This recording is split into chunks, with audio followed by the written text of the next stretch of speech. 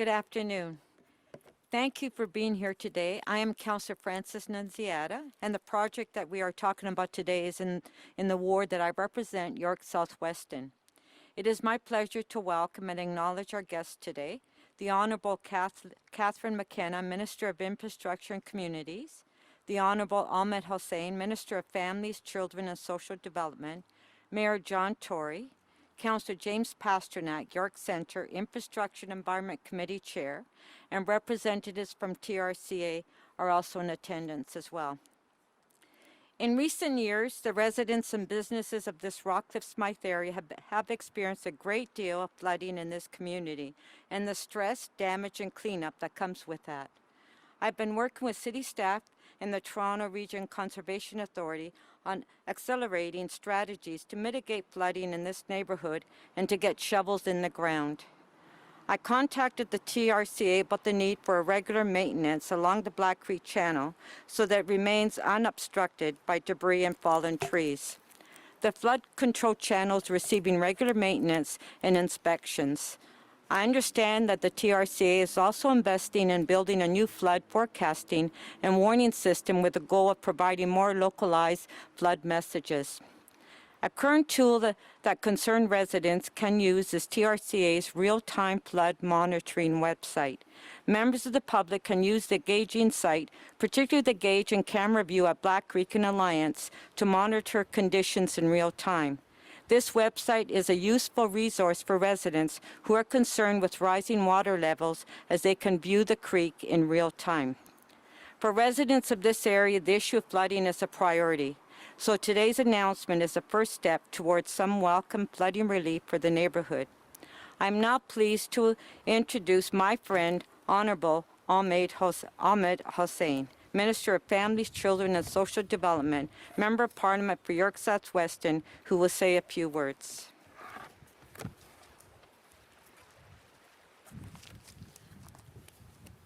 Thank you so much, Francis. It's a pleasure to be here, of course, and it's a great day for me as the local Member of Parliament to welcome all of you, but especially Minister McKenna. Thank you. Welcome to York Southwestern. I'd really like to thank all of you for attending. Minister McKenna and I are both known to be members of Parliament first and ministers second. What that means is almost every weekend, when we can, we try and, as much as possible, pre-COVID-19, to knock on doors, to interact with constituents, and even now to connect with constituents as much as possible over the phone. We both spend as much time as possible in our communities knocking on doors and meeting with residents. And it's only been over a year since the last election, and I can tell you one of the top issues that I heard at the doors was basement flooding and concerns by residents about this issue.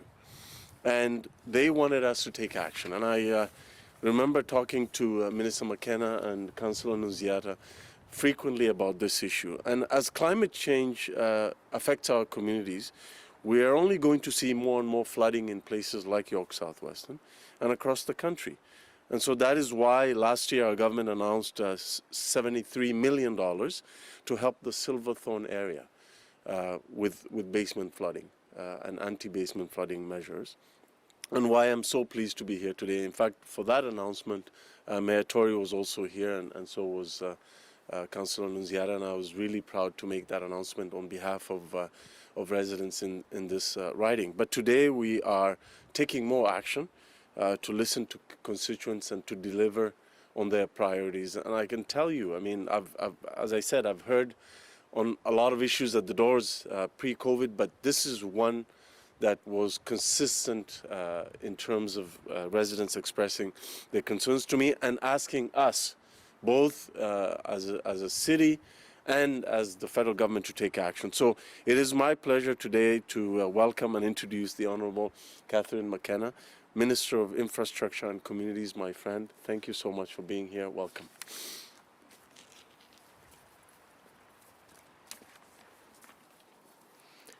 Well, thank you very much, Ahmed. It really is a pleasure to be here. I'll talk a little bit more about how important this project is to Minister Hussen, who is a good friend and is a very good and diligent local member of parliament, because I think this is an example of a project that will make a real difference, practical difference in the lives of people who live in York Southwestern.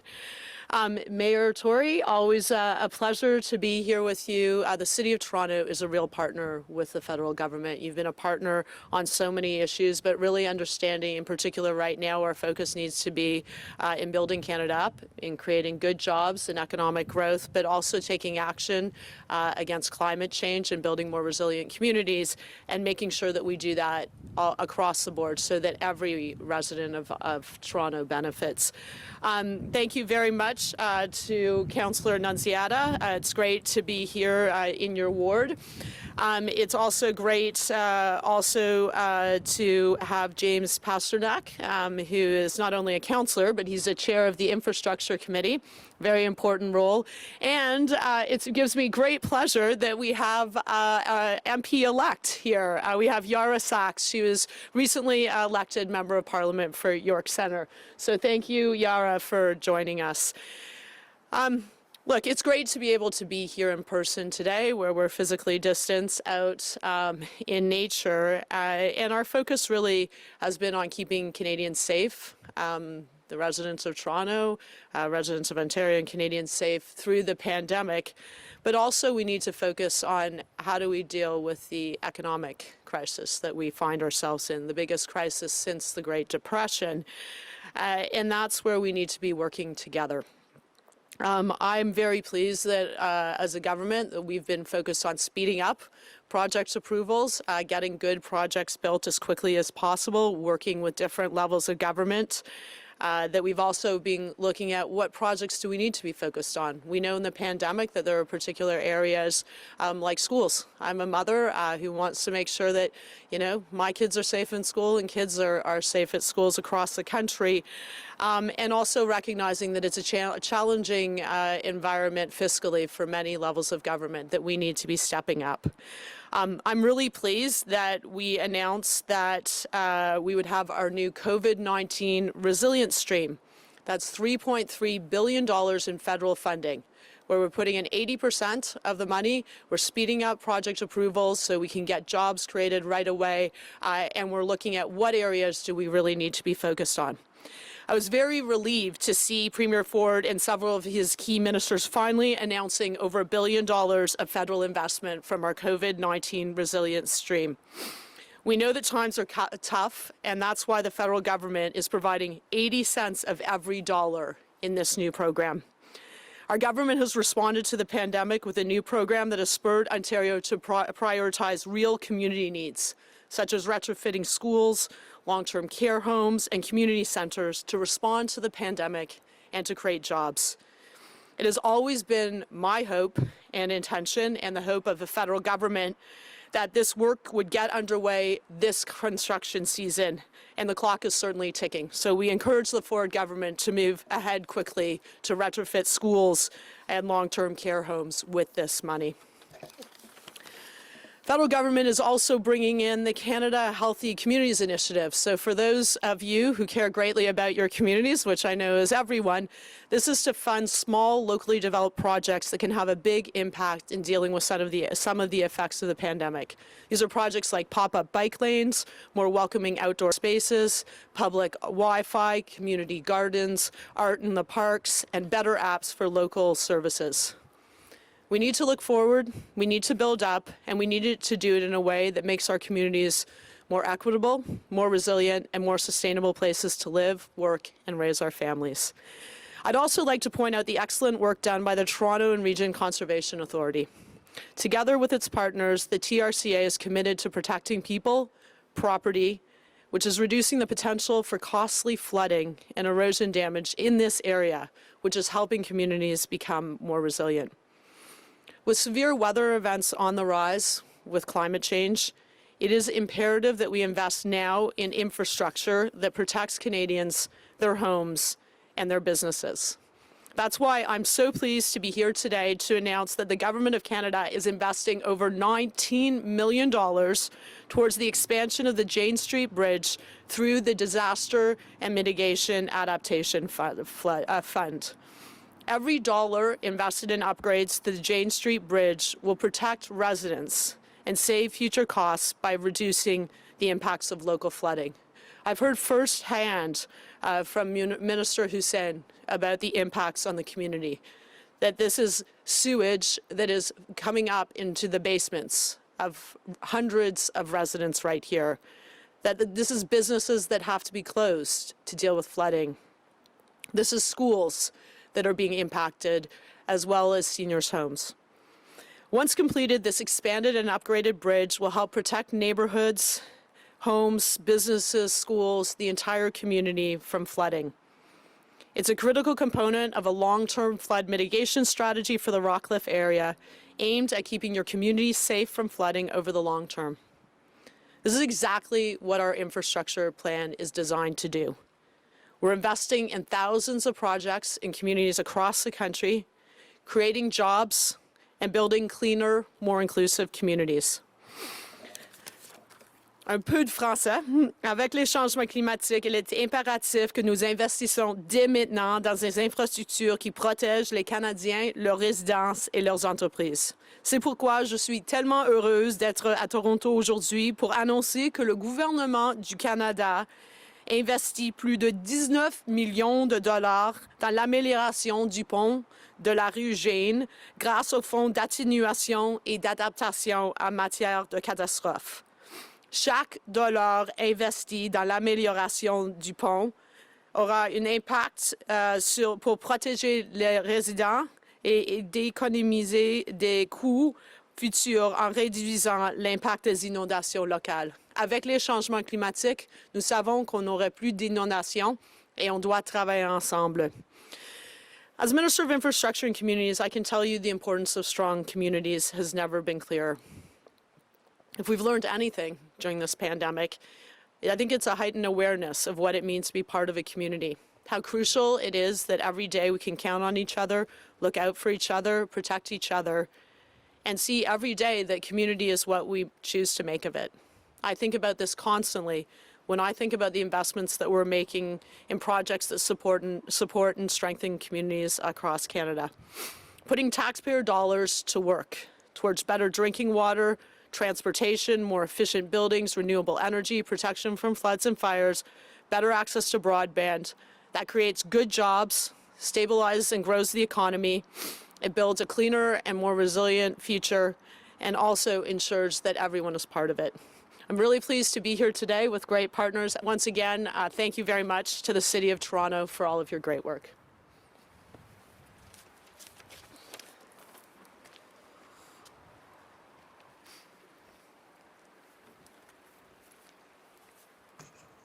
Thank you, Minister McKenna. I now invite His Worship John Tory to deliver remarks on behalf of the City of Toronto.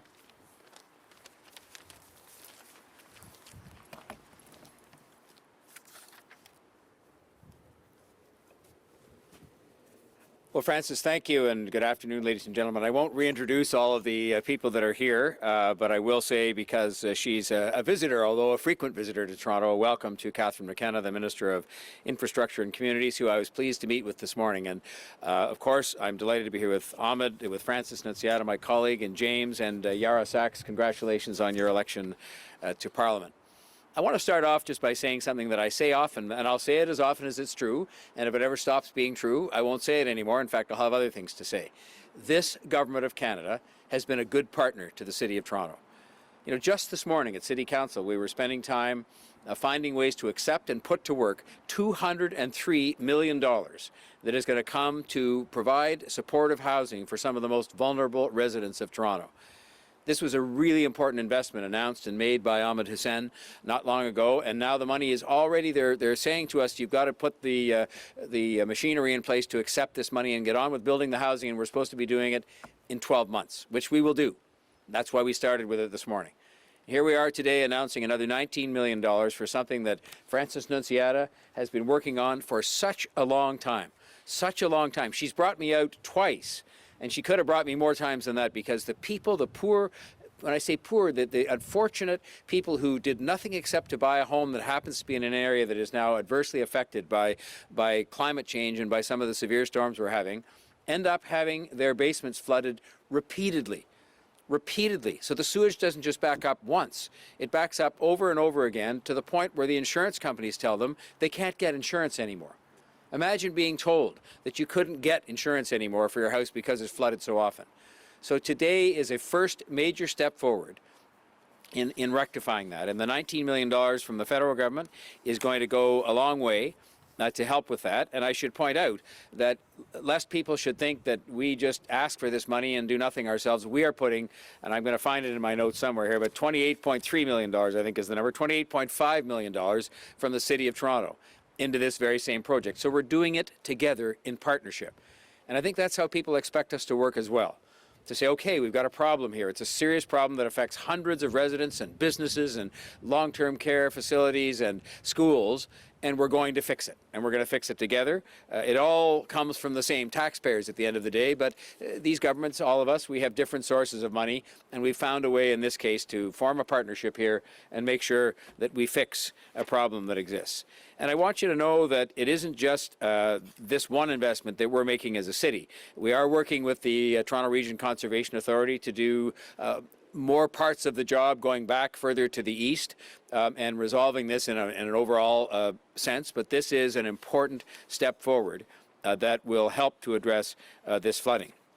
We're hard at work on the rest of the project. Frances is in my office. I don't want to tell you how often, to the point where I've almost had to think about getting extra security to make sure that she had to wait her turn. But she's absolutely not to be deterred when it comes to fighting for the people of York South-Weston and fighting for the same things that Ahmed Hussen is fighting for in terms of the people of this area. It's been really difficult for the Rockcliffe Smythe residents to put up with this for so many years, long before the time that I was the mayor.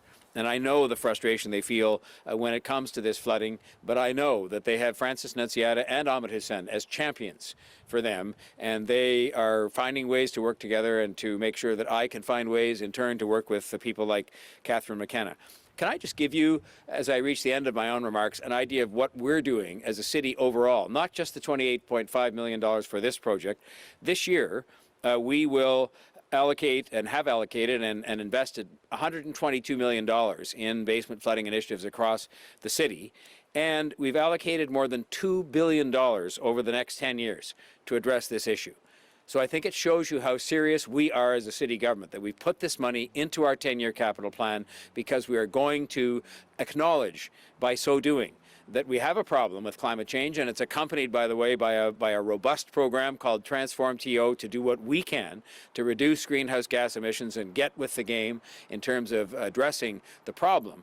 But we're also acknowledging there are effects of climate change that we can't turn back the hands of time on at the moment, and we're going to have to address those through these kinds of investments. And these are things that are going to make a big difference to the people who live in this city, and I hope Transform TO is similarly going to make a big difference to our efforts as a country and as people in this city to reduce our greenhouse gas emissions and make this city a much better place to live and make the world a much better place to live. So again, I will finish the way I started, which is to say thank you to Prime Minister Trudeau, who's been a good partner. I said the other day in the news, and I wasn't afraid to say it. For as long as it's true, I'll keep saying it, and I will stop if I have to. He gets cities. He gets cities. These are the economic engines of this country. These are the places where we're going to get this country back on its feet. Toronto, Vancouver, Edmonton, Montreal.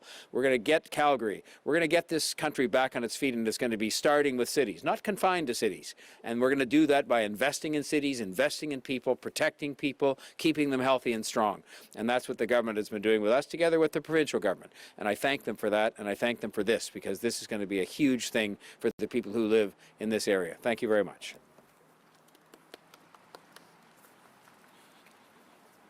Thank you, Mayor Tory. I will now invite Councillor Pasternak to deliver remarks.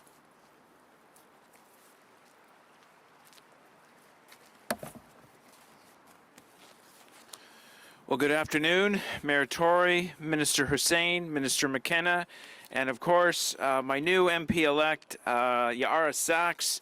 I'm looking forward to for you to take your oath of office and join us in investing in York Centre. So I'm pleased here to be here today for this announcement. My name is James Pasternak, Chair of the Infrastructure and Environment Committee and Councillor for Ward 6, Downsview York Centre. I also represent the city on the Toronto Regional Conservation Authority, a vital partner in this project. As chair, I have championed investing in city parks, recreation programs, services for seniors, our tree canopy, public realm projects, infrastructure, and last but certainly not least, the city's basement flooding protection program. And it is a tribute to Councillor Nunziata for advocating for her community and this area. She's done a wonderful job, and they certainly know you at the TRCA. So this is a program that is helping to reduce the risk of flooding by making improvements to the sewage system and overland drainage routes in Toronto, something which I know of is in particular importance to this community. Climate change has serious impacts on people's health, our economy, and of course our aging infrastructure. The flooding that this Rockcliffe Smythe community is experiencing demonstrating one facet of this problem. There are few things more heartbreaking to homeowners than their house flooded and their insurance canceled. The City of Toronto is committed to taking bolder action to meet our goals of reducing carbon emissions and building a city that is greener, healthier, and more resilient. Our transformed TO plan to respond to climate change is realistic, transformative, and achievable. The City of Toronto continues to embark on major initiatives and investments, such as this one, to realize the goals laid out in Transform TO, City Council's ambitious climate action plan. The generous funding of the Government of Canada, as announced today for the Jane Street Crossing improvement, coupled with the money that the city is committed to this project, is vitally important. And I can tell you, this mayor knows how to make federalism work, and these ministers know how to make federalism work, and of course the Prime Minister and the Premier know how to make federalism work. Councillor Nunziata and I have talked often about the dread and damage of basement flooding, and I share her relief and excitement about this project. As Councillor Nunziata has highlighted, the TRCA has been working on structural and non-structural measures to reduce risk in this area, including technology tools for flood forecasting and warning. The Jane Street Crossing is an important piece of the comprehensive suite of structural flood mitigation measures in the area, and this investment will allow TRCA and the city to work aggressively towards reducing the risk of flooding in this neighborhood. TRCA is grateful for this investment, and their team looks forward to working with our partners. Special thanks to TRCA Chair Jennifer Innes and CEO John McKenzie and their teams for being part of this crucial initiative in protecting ravines, river systems, lake shores, green spaces, and biodiversity.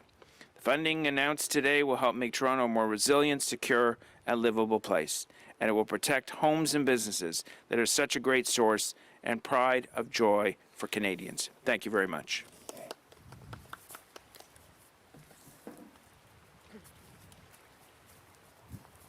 Thank you, Councillor Pasternak, and thank you to Ministers Hussen and McKenna and Mayor Tory for your remarks and for being here today in my ward to mark this important announcement.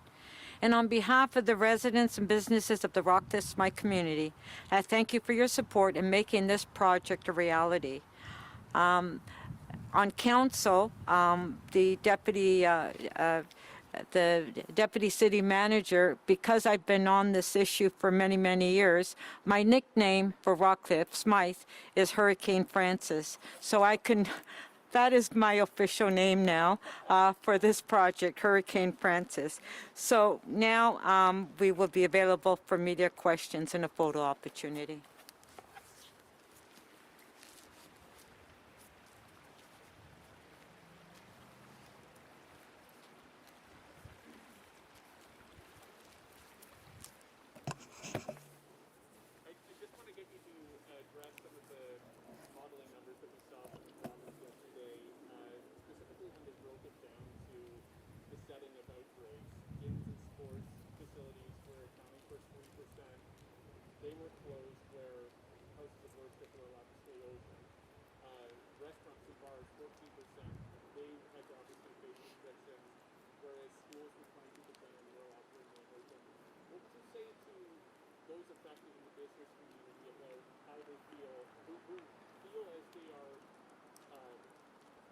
being improperly targeted when other areas are obviously a higher concern?